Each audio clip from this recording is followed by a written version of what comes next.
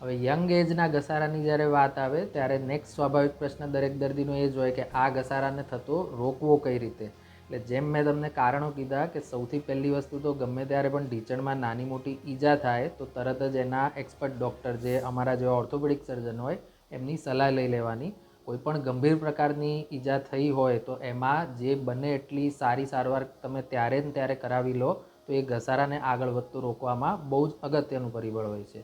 બીજી વસ્તુ આવે કે જો તમને પહેલેથી કુદરતી રીતે પગ ત્રાંસા છે અને એની સાથે તમને 40 વર્ષની ઉંમરની આજુબાજુથી ઘસારો હેરાન કરે છે તો એ જ કેસમાં પણ નાની ઉંમરથી તમે જો એક્સપર્ટ ડૉક્ટરના ઓબ્ઝર્વેશનમાં સારવાર લો તો એ આગળ તો રોકવા માટે પગ સીધો રાખવાના પટ્ટાથી માંડીને પગ સીધો કરવાની સર્જરી સુધીના પણ રસ્તા આપણી પાસે થઈ શકે છે.